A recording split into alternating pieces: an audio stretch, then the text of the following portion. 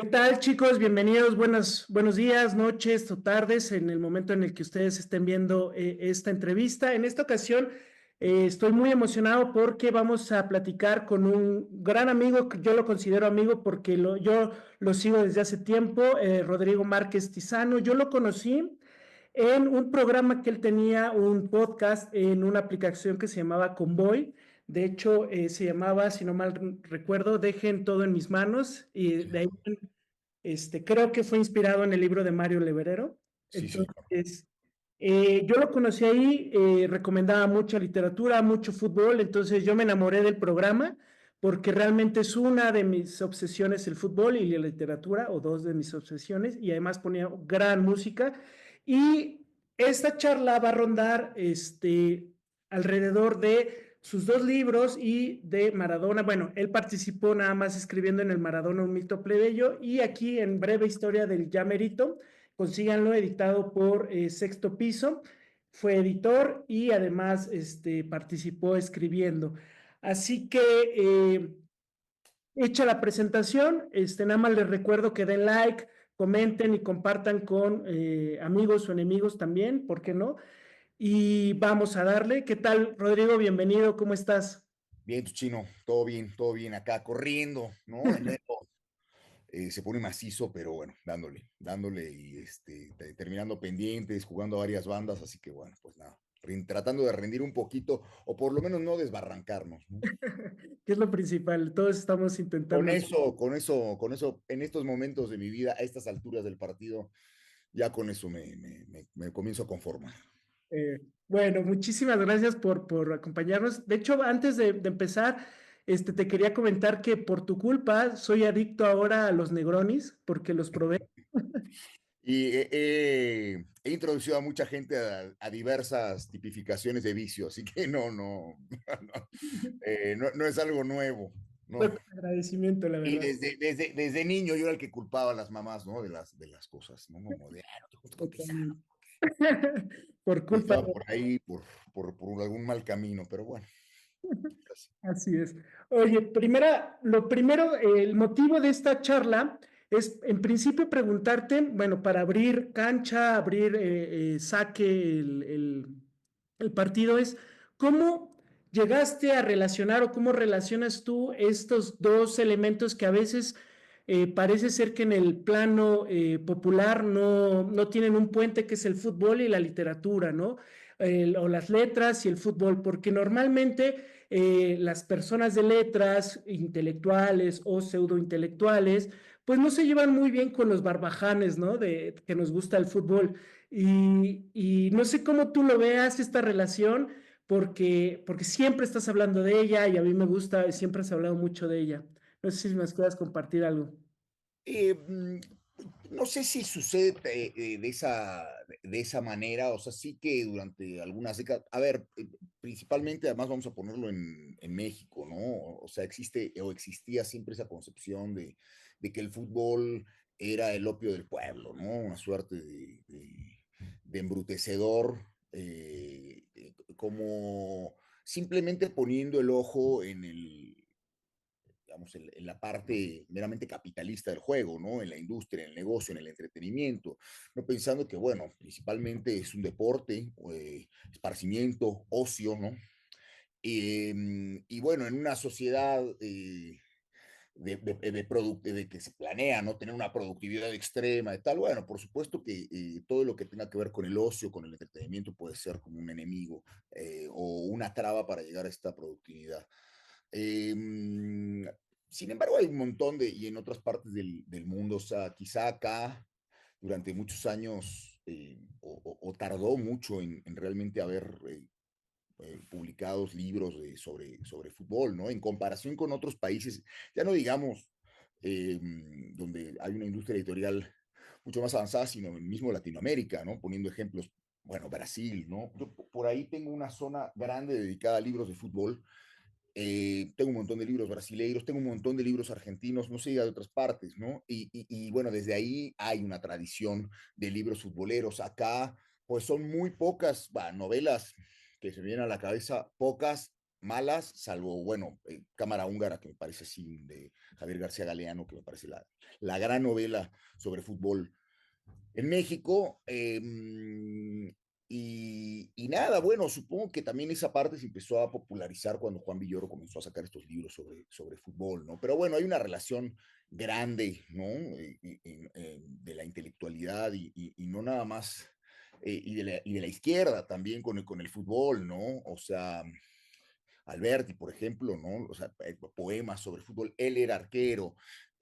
Uno de los casos siempre que se recurren cuando se habla como de los nexos de cultura o de cultura, de escritores, de pensadores con el fútbol, es Camus, ¿no? Que también fue arquero, mira, los locos eran arqueros, es decir, muchos intelectuales jugaron al fútbol, porque bueno, es también una educación sentimental, ¿no? Hay una épica en el fútbol, hay una idea del mundo, una idea de unirse, de cumplir un rol, ¿no? De hacer una sociedad, una suerte de ensayo de la batalla cultural, ¿no? Para lograr un objetivo, ¿no? Juntarse entre varios, poner lo mejor de cada uno eh, y cumplir cumplir con cierto objetivo, ¿no? Lograr algo. Y a mí eso es algo que me encanta del fútbol, ¿no? Evidentemente, pues ha sido trastocado por múltiples, y el fútbol que hay ahora, por lo menos en los grandes medios, pues no tiene nada que ver con el fútbol en su concepción y no tiene tampoco nada que ver. Entonces, bueno, eso, ¿no? A mí me pasa un montón, como hay gente que todavía no tanto de la literatura, porque creo que se ha popularizado o se ha normalizado, pero por ejemplo, mucha gente de otros lados que dice, ay, ¿cómo haces libretos o sea, estuve trabajando hace unos años haciendo libretos de ópera, ¿no? En unas residencias, tal. ¿Cómo te gusta la ópera y te gusta el fútbol? Pero no, no, o sea, para mí no hay una distinción, ¿no? Grande entre estas dos formas de la cultura, ¿no? O sea, realmente puedo ir a ver al Atlante y después irme a Bellas Artes sin ningún tipo de cambio mental y sin ninguna, para mí, no, y no debería de ser, ¿no? Para mí no hay un cambio importante en la mentalidad. Sí, a mí me ha pasado porque yo comparto luego a veces ciertas lecturas, pues podríamos decir de alto nivel, ¿no? Y al día siguiente yo me voy a ver al Necaxa. Y, Calientes, madres. sí, bueno, ahora fui a CU apenas hace Ah, poco. ya. Ah, Oye, y quería preguntarte sobre el libro este que ayudaste a editar, Breve Historia del Ya Merito. En principio, ¿crees que sigamos en este mito del Ya Merito? Porque peor. No, creo que ya eso ya está, digamos, a nivel selección, ya no es el ya merito, y es el ya nada, ¿no? Ya nadita, no existe. No, justo esta es una muestra de cómo la idea de afición, la idea de pasión, la idea puede ser compartimentada y puede ser para ser vendida, ¿no? Puede ser transformada en un producto, y la afición, el aficionado, el hincha, como le quieran llamar, puede ser transformado en un cliente, ¿no? Una vez que eh, ciertas industrias verifican qué es lo que cumple, ¿no? Qué puntos cumple esta idea de pasión y te la empaquetan para vendértela, ¿no? Hay un libro que se llama Fútbol y Política de Ángel Capa y Marcos Rothman, donde hablan un poco de eso, ¿no? Ángel Capa, el director técnico de Rothman, el sociólogo, ¿no?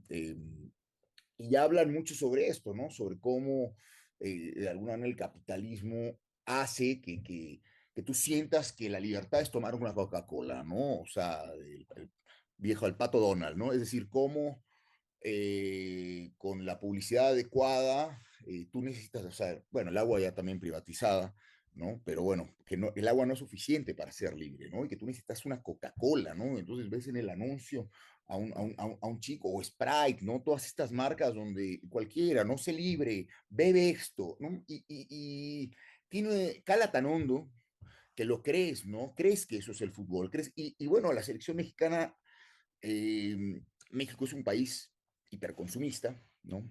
Somos una sociedad que tenemos un alto nivel rampante de consumo, Y nada, que ha sido sufructuado, que ha sido desde siempre, desde hace mucho tiempo, el fútbol ha pasado por eso, ¿no? Por ser un negocio. En todas partes del mundo a un nivel profesional lo es, pero acá no hubo transición, o sea, acá es negocio desde que la televisión comenzó a hacerse, borró del mapa, el equipo de la televisora borró del mapa al resto de los equipos, ¿no? Y lo que querían era transmitir fútbol, no que se jugara, no, lo importante era meterlo en una pantalla y vender el tiempo aire. Y siendo eso lo más importante, pues se saltaron todo lo demás. Entonces, bueno, ahora estamos viendo los resultados, ¿no? Tener una selección mediocre, de tener una liga muy mediocre, de tener, que bueno, donde se llevan a los equipos, donde desaparecen equipos, donde se compran plazas, donde no hay ascensos, donde no hay descensos, donde... Entonces, bueno, o sea, finalmente lo están logrando, ¿no? Finalmente pensaron que este momento nunca iba a llegar, que Estados Unidos nunca le iba a ganar a México, en fin, ¿no? Como cosas que otros países fueron creciendo, fueron invirtiendo en el deporte, en la formación atlética, eh, mental también de sus jugadores, de sus ligas, en crear afición. Y en México, bueno, pues se fueron, se guisaron a la gallina de los huevos de oro, ¿no? Se hicieron un caldo y el caldo se iba a acabar finito, pero bueno, Total. como sapiens, ¿no?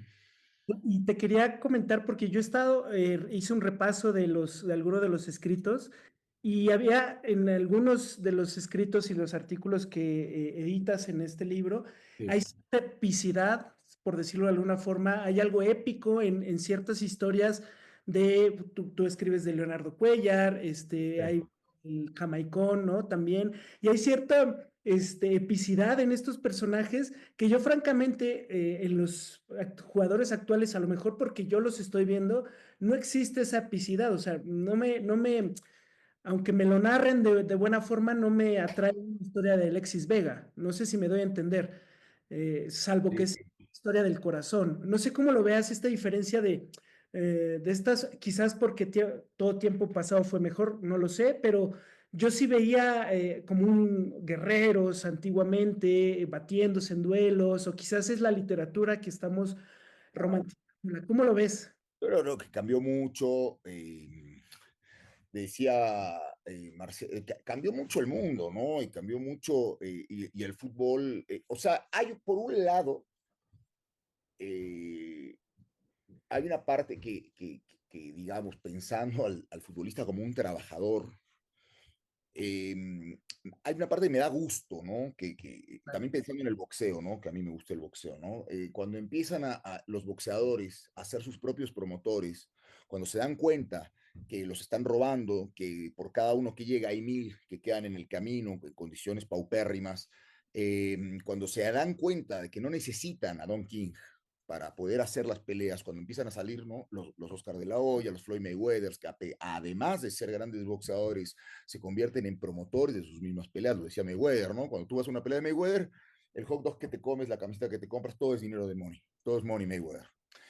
Entonces, por una parte celebro que haya un triunfo, ¿no? En el cual el trabajador se hace cargo se convierte en el dueño de las máquinas, ¿no? O sea, eh, los medios de trabajo, los medios de producción los toma, pero también hay una parte donde hoy el fútbol gira alrededor del futbolista, ¿no?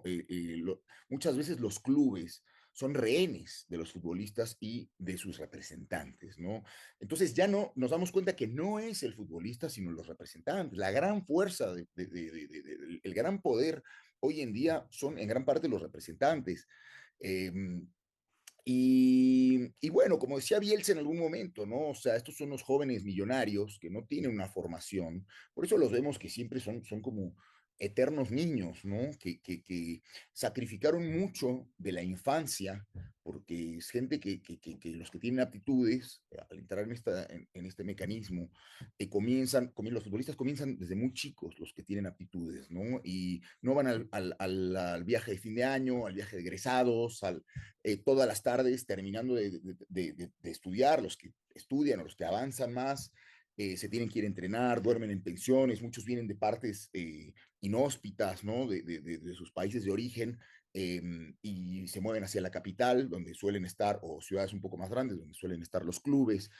Hay un libro muy padre al respecto, que por ahí lo debo de tener, Niños Futbolistas, de Juan Pablo Meneses, chileno, ¿no? Que habla un poco, y él que es periodista, no sé si hasta hicieron una serie, en algún momento me contó que algo iban a hacer, porque además de hablar, ensayar sobre el mercado de los niños futbolistas, él mismo compra acciones. Parte del libro es que compra acciones de un niño futbolista, porque claro, hay grupos, fondos de inversión que se dedican a comprar, ¿no? A ir, que casi es una suerte de esclavitud moderna. Entonces, bueno, estos chicos que no tienen infancia, que son tratados como un objeto, comprados, vendidos, ¿no? Pues claro, no tienen infancia y después continúan en un estado latente de infancia, donde lo único que, o sea, lo único que saben hacer muchos de ellos es tener hijos, cortarse el pelo 3 veces por semana, o sea, la relación de estos millonarios precoces, ¿no? Muchas veces la más grande es con su peluquero, ¿no? Los padres que están ahí también sufructuando, viendo que los van a sacar de hambre. En fin, o sea, creo, y en algún momento que celebré esto, y cómo dio un cambio tan vertiginoso en el que, por ejemplo, la ley Bosman se transformó también en una ley para estos clubes, que en muchos son sociedades anónimas, ¿no? Son empresas, pero muchos siguen siendo clubes. O sea, en el sentido de que hay una contención de la calle. En Argentina, por ejemplo, Vélez Sarsfield, ¿no? Pepe Amalfidani, que fue el gran presidente el que hizo el estadio, el que rescató a Vélez cuando se sumió la B, un tipo con una conciencia social enorme.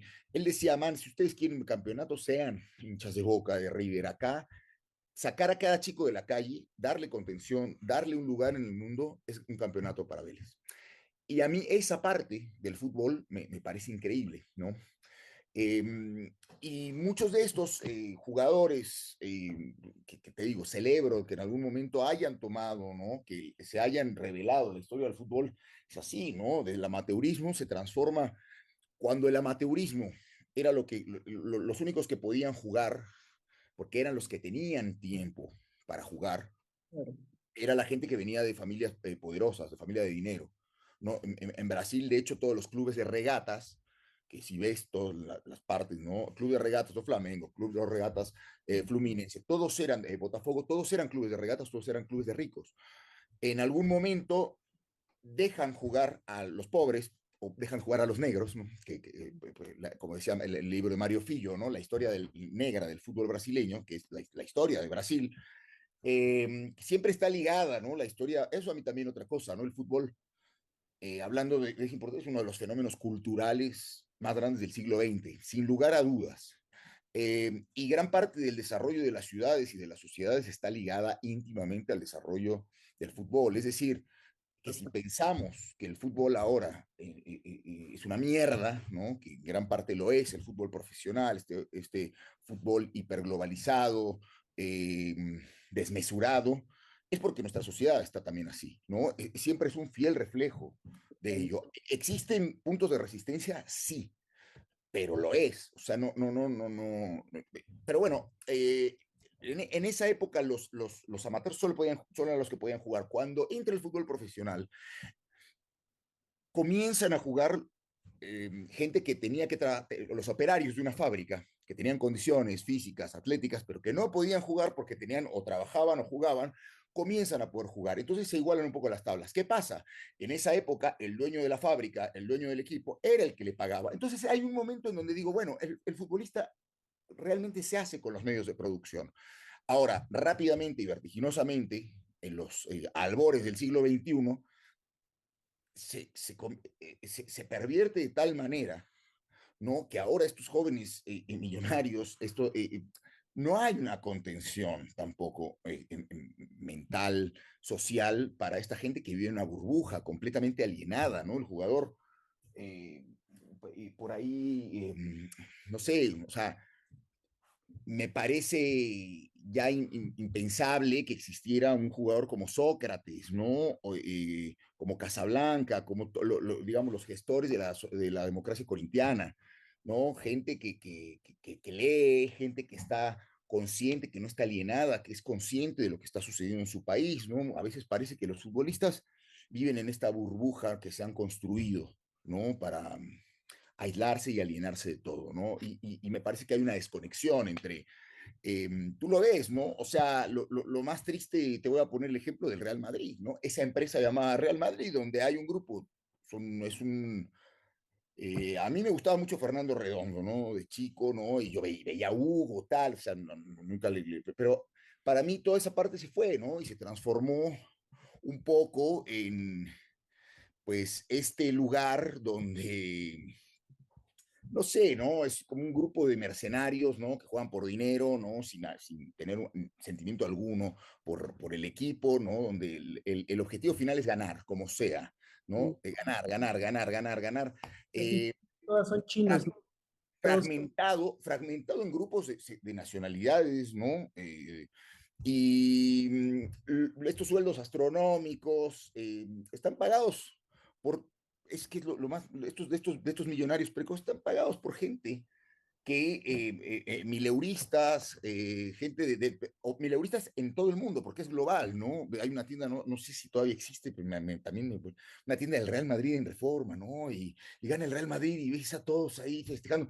No gente que es de Madrid, del Real Madrid, que creció, no, gente que creció con una televisión y que dice, ah, yo le voy al Real Madrid, y que va a festejar a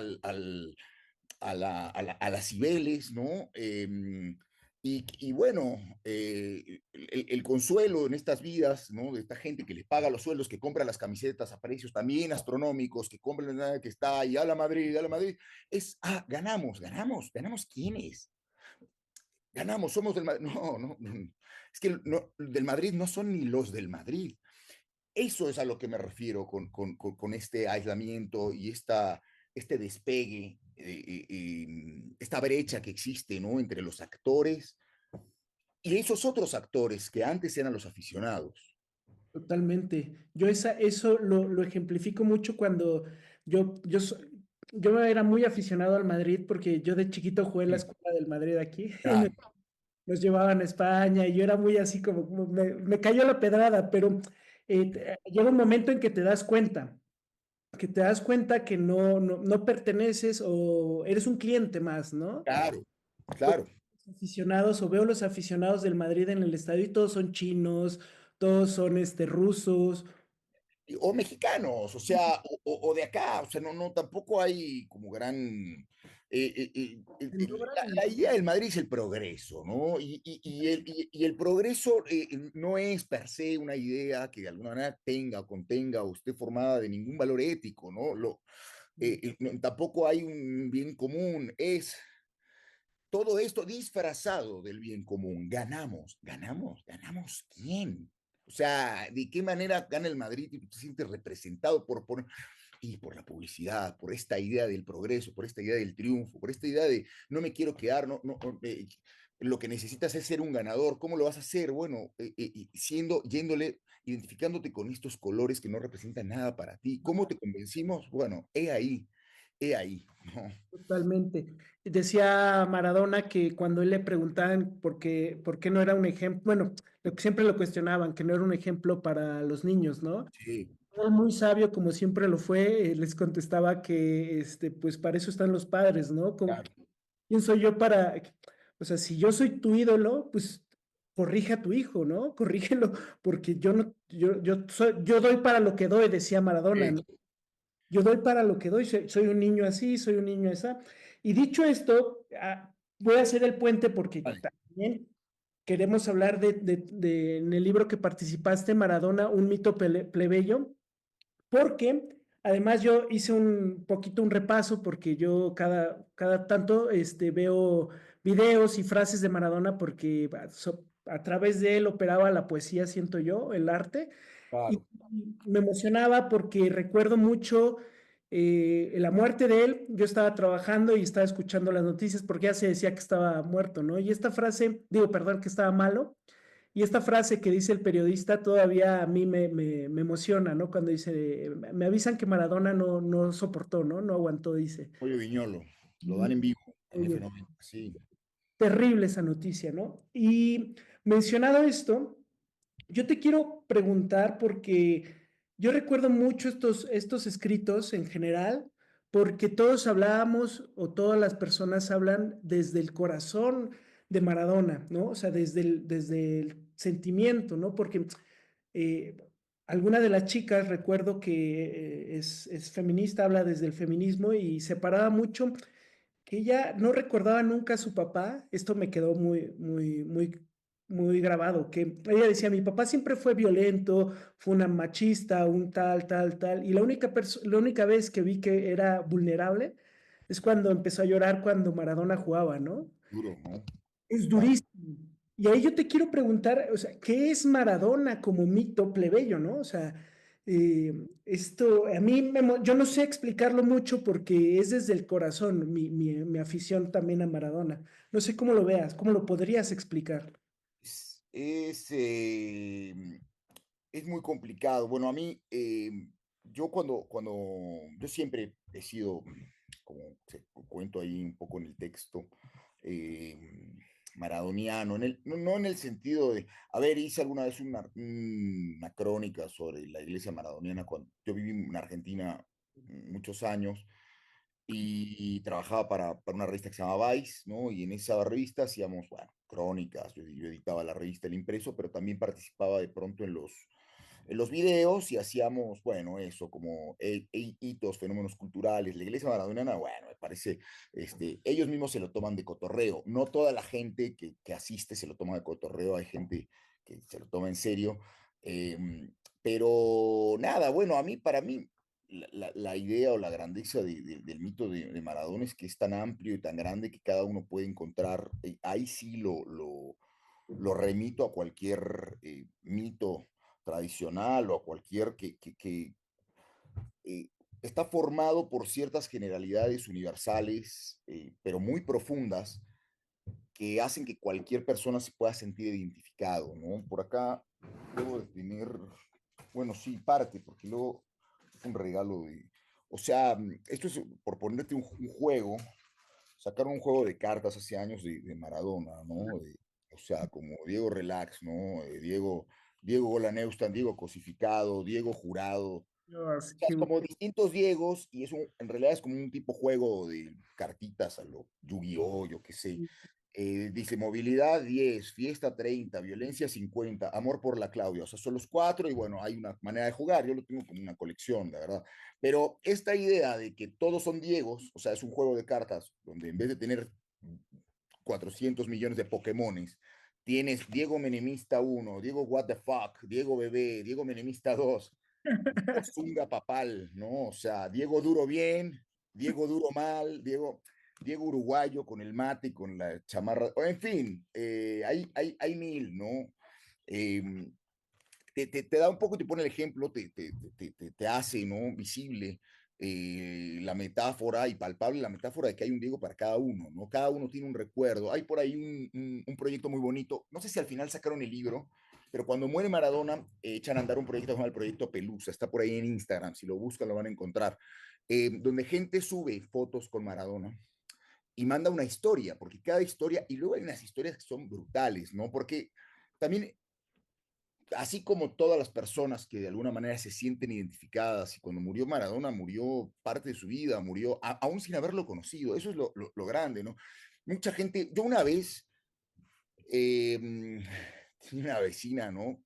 Cuando murió Maradona, la vecina, y como que sabía, no sé, tal, y me dice, pero yo no puedo entender cómo se pueden morir, cómo se pueden poner tristes por que muera una persona que no conocieron. Y bueno, me pareció una gran ignorancia. Por cierto, esta persona era, o es, como seguidora de la astrología, ¿no? Entonces yo decía, bueno, pues, yo no puedo entender cómo puedes sentir mal porque es que la luna está en no sé qué, ¿no? Es decir, cada uno tiene se construye una narrativa y se construye una historia y nada, así como aquello no es científicamente comprobable tampoco, que alguien que te está, pero tú, la representación de Maradona en nuestros afectos más elementales, ¿no? No pueden entender que a mucha gente se le murió su hermano, su papá, o parte de eso, o una historia que los conectaba con ello, ¿no? Entonces, para mí eso es lo grande, que puede compartimentarse a cualquier escala y cada uno tiene esa historia, así como también cada uno se pudo haber formado una historia que Maradona es un tipo que hizo muchas cosas mal, es obvio, Sí, ¿no? Que cometió crímenes, es obvio. Además yo no lo separo, porque es lo más fácil, separar. ah, No es posible, ¿no? Es decir, los estudios, por eso a veces cuesta tanto trabajo analizar a figuras o poner en un balance y de acuerdo a los tiempos, figuras, digamos, literarias, ya digamos con Knut Hamsun, un Ezra Pound, digamos, toda esta parte que de alguna manera estuvo vinculada al nazismo, ¿no? No sé, que es difícil sacarlos de eso, es decir, juzgar una obra literaria sin juzgar los actos, ¿no? Es imposible, pero tampoco también es imposible, o debería de ser imposible, juzgar una obra, ¿no? Enteramente basada bajo la lupa de la persona que la escribió. Son cosas distintas que evidentemente se tocan y conviven. Eso es lo complicado. Si fuera tan fácil separar las cosas o juntarlo y ponerlo todo, bueno, eso es un pensamiento un poco binario, ¿no? Lo separamos, son dos cosas distintas, o lo juntamos, es igual, no, no, se van entresacando. Es mucho más difícil de lo que si no todo el mundo sería crítico cultural, acertadísimo. ahora. Entonces, bueno, no, Maradona, son bellísimas las historias que se cuentan, ¿no? O sea, así como hay unas historias de Maradona siendo un verdadero hijo de puta, no reconociendo al hijo, no, también están las de un tipo que se ponía siempre del lado del que nunca aflojó, ¿no? Que estaba lleno de contradicciones, que era un tipo completamente falible y humano, que era un tipo que no transaba tampoco con el poderoso, que no aparentaba, y que al mismo tiempo, sí, ¿no? Y al mismo tiempo estaba con Menem, y al mismo tiempo no transaba con los de la FIFA, pero tenía esto y defendía al trabajador, pero después iba a Cuba a hacer todo el desmadre que hacía. Es decir, he ahí lo complicado, ¿no? De los afectos. Yo no conozco un amor verdadero que no sea complejo. Dice O hay un, sea, un amor, un amor de verdad, un cariño, una relación humana que no esté salpicada de complejidad. Y en este caso es un poco lo mismo, ¿no?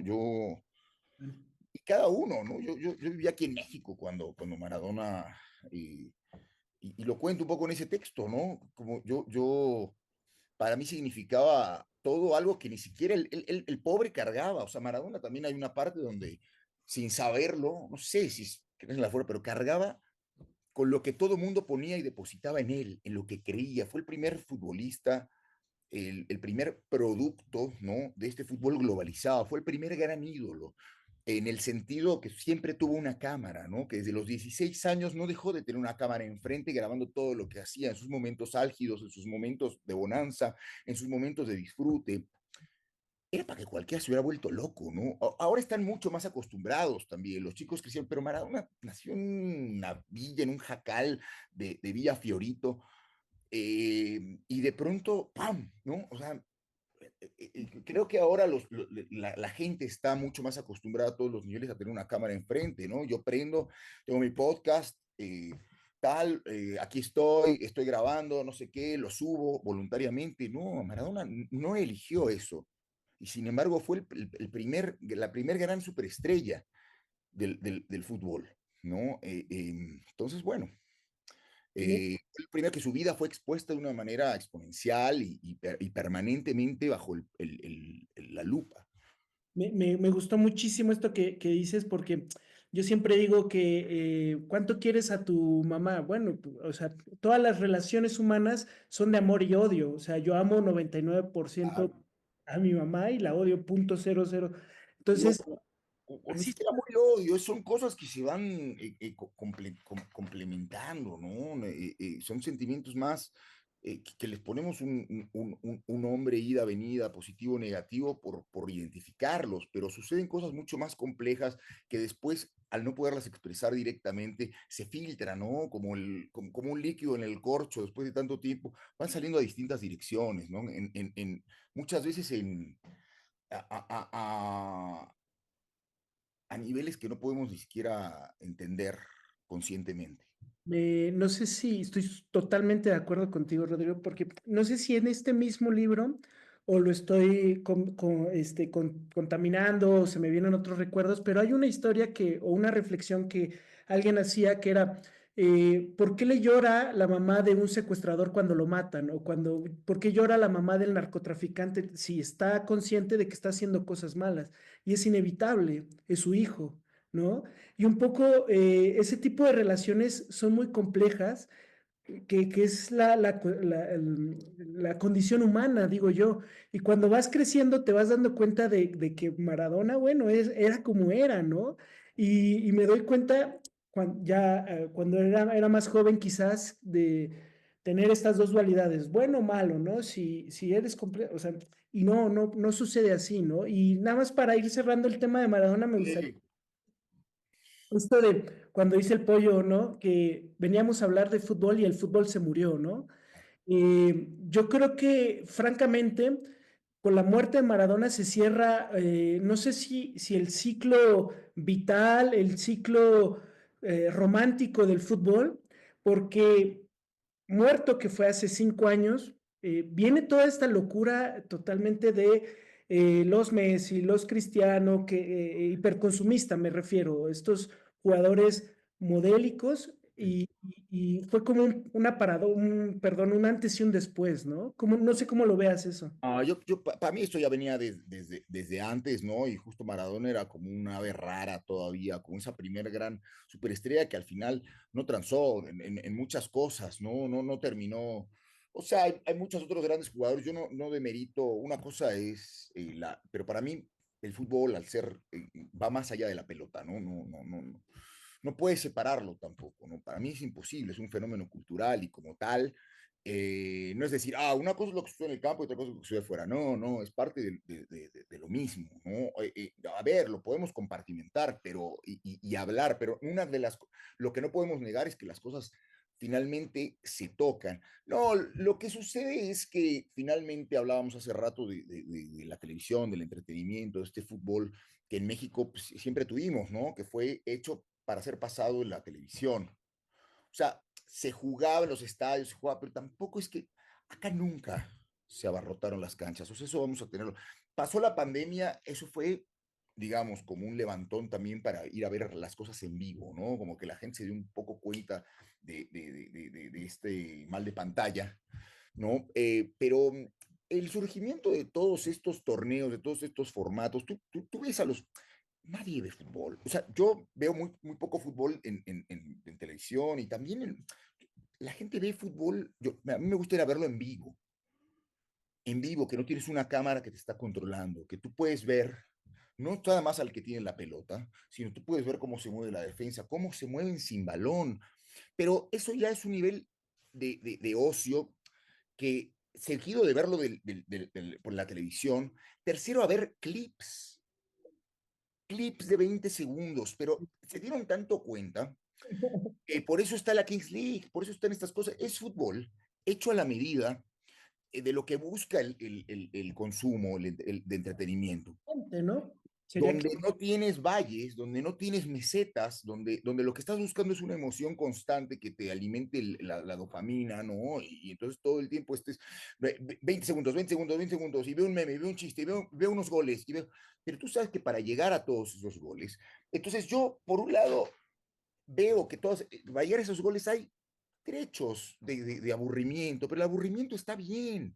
sí, sí, sí. Tenemos que se nos olvidó que gran parte de la vida es aburrimiento y sosiego, no aburrimiento como un castigo, ¿no? Hay un libro que les recomiendo a mi amigo Luis Llamara, la Escuela del Aburrimiento, ¿no? Donde habla un poco sobre, es un ensayo, Luis también es poeta, pero sobre todo es un extraordinario ensayista, muy futbolero además.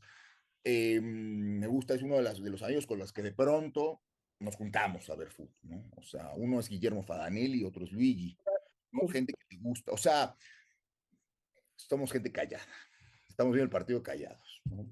Y de pronto, los amigos muy parlanchines no sirven para ver. Yo soy muy parlanchín, pero cuando estoy viendo el fútbol, yo también. callo la boca y bueno, estamos un poquito así, decimos dos, tres cositas y estamos bebiendo y bien. Eh, con mi mamá me gusta ver también el fútbol, por ejemplo. Vamos muy seguido a ver la... Íbamos antes que nos echaran, yo vivo aquí enfrente del estadio Azulgrana, íbamos mucho, ¿no? Mi abuelo era atlantista, así que siempre se va transmitiendo y vamos a verlos. Pero bueno, o sea, no sé, para mí ver el fútbol en vivo tiene siempre Plus. un aliciente enorme, mucho E- más.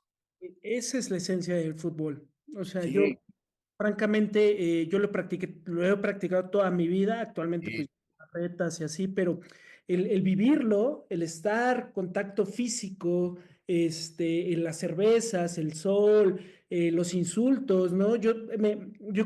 Jugaba de contención, imagínate, siempre me tocaban sí, los encontronazos. Y yo siempre digo que yo disfrutaba mucho insultar, ¿no?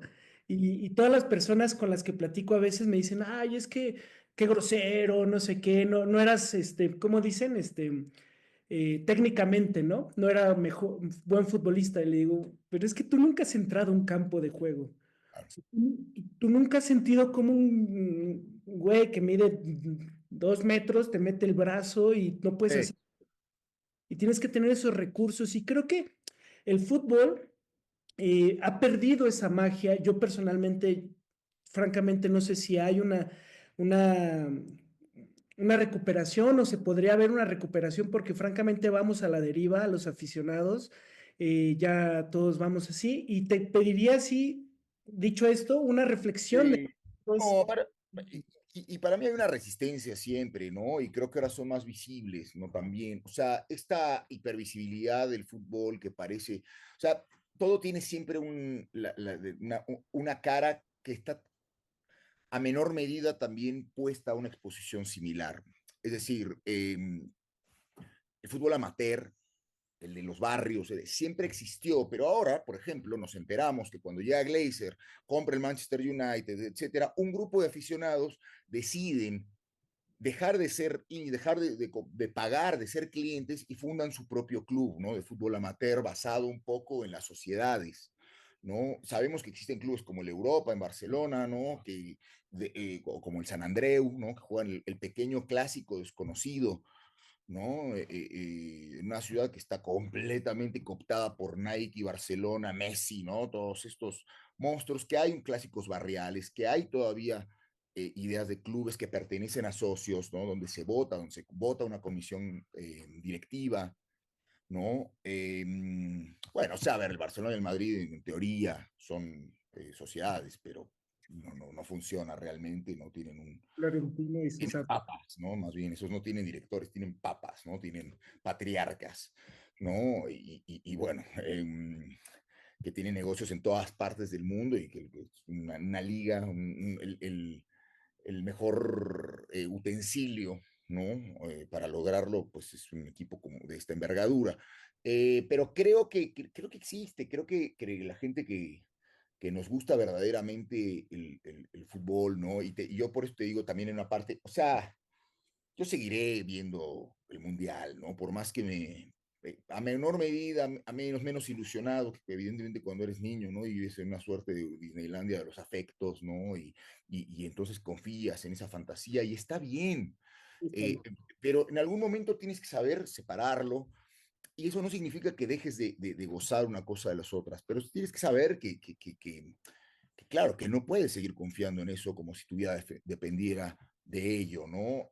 Pero hay otra parte del fútbol, cuando alguien te dice, ah, ¿te gusta el fútbol? Es el opio del pueblo. Sí, el opio del pueblo es esta idolatría a Cristiano Ronaldo, a Messi. Eso sí es, ¿no? Estar teniendo que comprarte las camisetas cada temporada, esa cosa es, ¿no? Ser un cliente. Ahora, el fútbol es otra cosa, ¿no? Entonces, siempre hay maneras de seguir jugando con tus amigos, si alguna vez jugaste, entrenaste o te sacaste un curso, ¿no? De entrenador, entrenar un grupo de chicos, hacer un fútbol comunitario, hacer obra, ¿no? Para hacer y llevar esa parte del equipo, esa parte cultural, esa parte social del fútbol, como existen un montón ayudar a hacer canchas, ayudar a que las comunidades o que tu barrio, tu propio barrio tenga una identidad que saque a los chicos de alguna manera de la calle, eh, organizarte con tus amigos, jugar, seguir manteniendo ese espíritu, ¿no? Para mí eso es el fútbol. O sea, si para mí el fútbol no es Cristiano, es Messi, el fútbol soy yo con mis amigos jugando los viernes desde hace 20 años. Sí, Eso es. Es eso, es seguir conociendo y reconociéndome, a pesar de que me veo, ¿no? Y ahora me veo acá en la camarita y no me reconozco, ¿no? No me reconozco con esta barba, con estas canas, yo me sigo viendo como si tuviera 20 años, pero no, cuando me veo con mis amigos, me veo a esa persona de hace 20 años. Cuando me veo jugar otra vez y enojarme y gritar y correr, yo vuelvo a ver a esa persona, sigue estando ahí. Es eso, ¿no? Es una cura de la orfandad, es una mirada siempre hacia atrás y hacia adelante, porque después, bueno, continúas con tu vida. Pero en ese paréntesis, para mí hay un resabio de humanidad y de amistad que no se puede dejar, ¿no? exacto. Y, Exacto. No, me encantó la reflexión que nos propones, Rodrigo, y finalmente yo igual te quería compartir esas experiencias, porque realmente cuando uno entra a la cancha de juego se da cuenta también de las realidades de la existencia humana también, porque uno es mejor en esto, otro es mejor en lo otro, uno es más bajito, otro es más alto, qué sé yo. sí, Y cuando te das cuenta de la realidad de las cosas, eso mismo funciona en todos lados, ¿no? O sea, creo que todos tenemos que ir conformándonos como sociedades en lo que mejor podamos hacer, en lo que mayor podamos aportar a las sociedades, y eso me gusta mucho verlo de esa forma. Y finalmente, ya para no quitarte demasiado tiempo nada más, nos has ido recomendando alguna literatura, algunos libros durante sí. pues que nos pueda recomendar un par de libros, tres, cuatro, los que tú quieras. Básicamente este tipo de charlas pues también es para que difundamos más la literatura y los libros, ¿no? Si quieres, antes de que los estás buscando, yo también voy a proponer un par. Vale. Es el, el primero de ellos sería Historia Social del Fútbol de Julio Freidenberg, del amateurismo a la profesionalización. Es justamente la historia un poco que nos platicaba Rodrigo sobre cómo se ha desarrollado desde lo amateur hasta lo profesional, ¿no? No, sí, sí, sí, sí. Y también, de hecho, aprovechando, quería enseñar ah, aquí está. Mierda. Mira, Sí. quería enseñar también el de Ángel Capa que mencionaste, que aquí también lo tengo. Mira, ese es claro. También nos eh, robaron el fútbol de Ángel Capa y María Capa. yo tengo este de Royman que salió hace no mucho, salió hace poco. Que son a mí me cae a toda madre Capa, a veces me parece un poco necio. La gente de Vélez no lo quiere nada porque fue director técnico de Huracán y se sigue quejando de una final, pero me parece que teóricamente es un tipo muy bien amueblado. Un poco también te metes con estos libros y parece ves a los dos viejos marxistas hablando en un café, ¿no? Además de exiliados, viven en Madrid los dos. Ángel Capa se quedó, o sea, después de ser técnico regresó, vino, pero bueno, desde que se fue muy joven, tuvo una carrera de jugador corta. Y Reutemann, bueno, es profesor de tiempo, ¿no? En la Facultad de Ciencias Políticas de la Complutense, ¿no? Desde hace muchos años, ¿no? Argentino, sociólogo, setentero, marxista, así, de esta banda. Este es buenísimo. Este también, este es muy lindo. O sea, si quieren conocer un poco sobre la historia popular del fútbol, esa otra parte del fútbol, de Michael Correa, está en la editorial Hoja de Lata, es increíble, es un tocho, pero este es uno de los libros que me parecen eh, muy bien estudiado. Es un tipo además que tiene mi edad, Michael Correa. Hizo este libro, es un académico increíble. Lo conocí alguna vez. Colonialismo, habla un poco sobre todas las resistencias populares, ¿no? Y cómo, digamos, la raigambre popular del fútbol.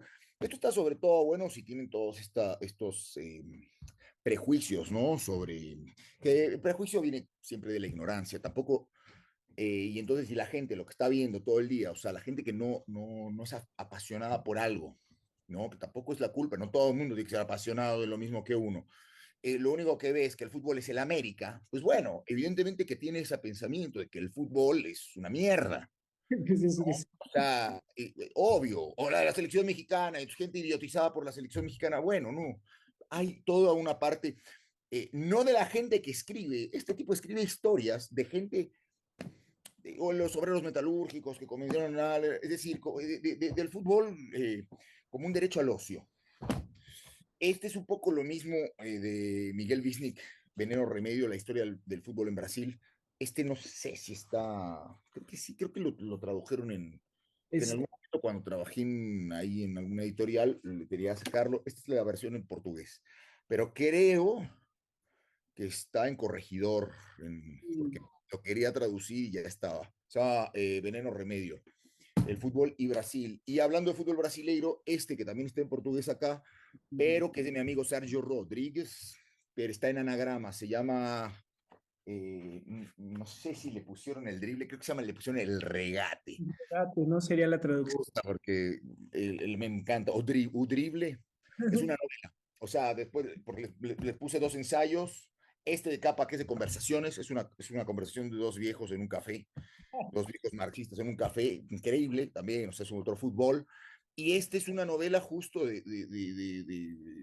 viste que es raro, ¿no? El fútbol tiene tanta épica y se cuentan tantas cosas ya dentro del juego que luego muchas veces llevado a la novela hay pocas, ¿no? No buenas.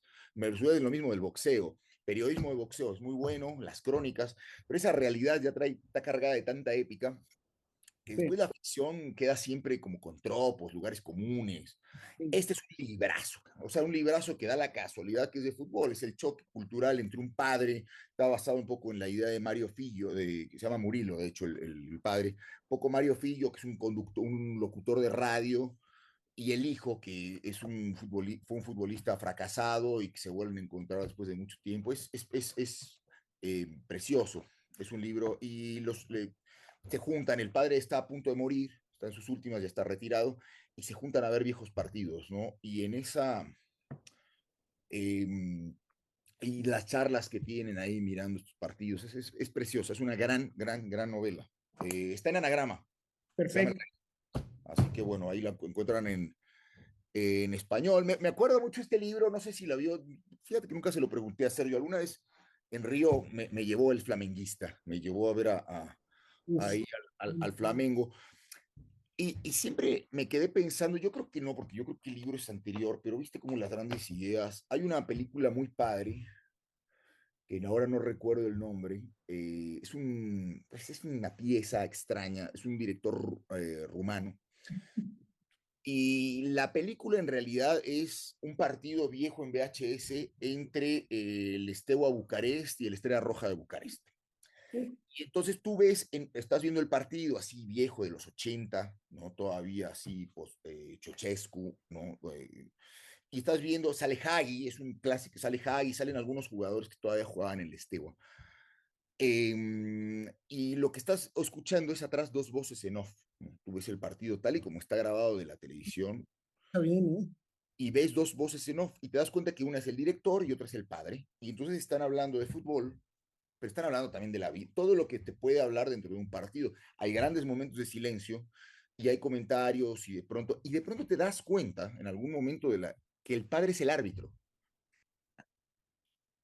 porque empieza a hablar de lo que, y aquí qué hiciste, y aquí qué, y entonces te das cuenta, y es un relato de la opacidad, es un relato de lo que no puede ser dicho de otra manera que con el silencio contenido, ¿no? Porque habla sobre, o sea, finalmente te vas dando cuenta de lo que era vivir en esa Rumania Mira, eh, comunista, en esa Rumania con la opresión, con las fuerzas policiales, siendo un árbitro, tú te acuerdas, ¿no? En todos estos países comunistas, los equipos, el Estegua, no me acuerdo si el Estegua o la Estrella, uno de los dos, uno era de uno y otro del otro, uno era de la milicia y otro era de la policía de la y poli- otro era el Lokomotiv, era del sindicato de los ferroviarios. O sea, sí, cada dependencia del gobierno en Rusia, en Rumania, etcétera, era dueña o tenía un equipo de la liga profesional.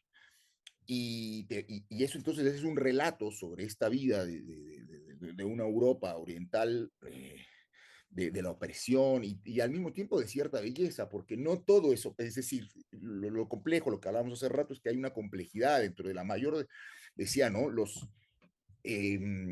La gran frase supermanida, ¿no? Pero siempre es, ¿no? ¿Acaso no se puede cantar en los tiempos oscuros? Entonces, ¿por qué no habría de cantar sobre los tiempos oscuros? Y es una celebración de la vida porque está celebrando la muerte. Me De encanta. alguna manera está poniendo el dedo en la llaga, pero ¿no es eso acaso la mayor celebración de la vida? Bueno, en fin, no me acuerdo ahora, pero bueno, busquen ahí Partido Esteward, director romano, tiene un nombre. De todas formas, yo en la descripción voy a poner los títulos ¿Vientos? Ah, bueno, chino, vientos, ya está. y Listo. busco de todas formas la película. Y Listo. nada, Rodrigo, te agradezco muchísimo. Hombre, ¿Nos quieres decir qué proyectos traes últimamente? No sé si... mira, sí, sí, este año sale yo, después de mucho tiempo de estar a veces trabajando activamente, a veces no, en una novela nueva sale finalmente, esperemos, este año, ya les avisaré en el momento, porque bueno, yo estuve viviendo fuera mucho tiempo, me fui a hacer el doctorado, regresé a México, que es una suerte de esclavitud, ¿no? Estar haciendo un doctorado, ¿no? Es ahí enfocado y luego, bueno, vino la pandemia, etcétera. Pero hace 2 años regresé aquí en el 2023, a principios de 2023 regresé a la ciudad y nada, bueno, pues he estado trabajando en eso. Y brevemente, antes de esto, que será fin de año cuando salga, o por esas fechas, eh, vamos a sacar un pequeño esfuerzo editorial, ¿no? Que se llama Romario en Febrero, la editorial, con mi amiga Tania Lili. No tiene nada que ver con fútbol más que el nombre, ¿no? Romario en Febrero, Romario en Carnaval, digamos, creo que es la parte donde el ser humano es en sí mismo, es arrojarse a la vida o a la edición, ¿no? Como Romario en Febrero, y vamos a sacar un librito de David Hewlett, que es uno de mis autores favoritos, no sé si leíste Motorman, que es una de mis novelas, está traducida, la tradujo Juan Cárdenas, este libro también lo tradujo Juan Cárdenas, Colombiano, y ¿es? es un pequeño diario que llevó David Hewlett en los últimos tiempos cuando vivió, fue muy amigo cuando William Burroughs se va a vivir a, a Kansas City. David Hewlett, que vive todavía, tiene una de las obras más originales y más chingonas, para mi gusto, de la literatura, más raras, más extrañas, un tipo fuera del universo, ¿no? Pertenece un poco como a esta generación medio residual de los posmodernos, pero era con Bartel, Metal, pero era más raro, era como medio también, tenía una parte con una vena como beat, te digo, entonces es el diario de los años que pasó. Es un libro muy chiquito, viene con traducción de Juan y viene con un cuadernillo de unos dibujos de Daniel Guzmán, que hizo durante muchos años. Es muy lector, Daniel, el artista mexicano, un gran carnal. Él siempre me ha hecho las portadas de los libros, ¿sale? Y él, desde hace muchos años tiene una serie de dibujos que ha ido recopilando sobre William Burroughs o sobre lecturas alrededor de William Burroughs, etcétera. Entonces, bueno, los juntamos todos aquí. Todo. Y nada, es una edición muy chiquita en Rizo. Creo que vamos a tirar 250, 300, todavía no estamos seguros, pero bueno, sale el Estamos próximo mes. Y esto está saliendo en febrero, a finales de febrero, principios de marzo. hecho, Rodrigo. Y nada, muchas gracias. Chido. Y recuerden darle like, compartir y comentar. Y nada, te agradezco mucho, Rodrigo. Buenísimo. Nos vemos. Hasta luego. Chao. Gracias.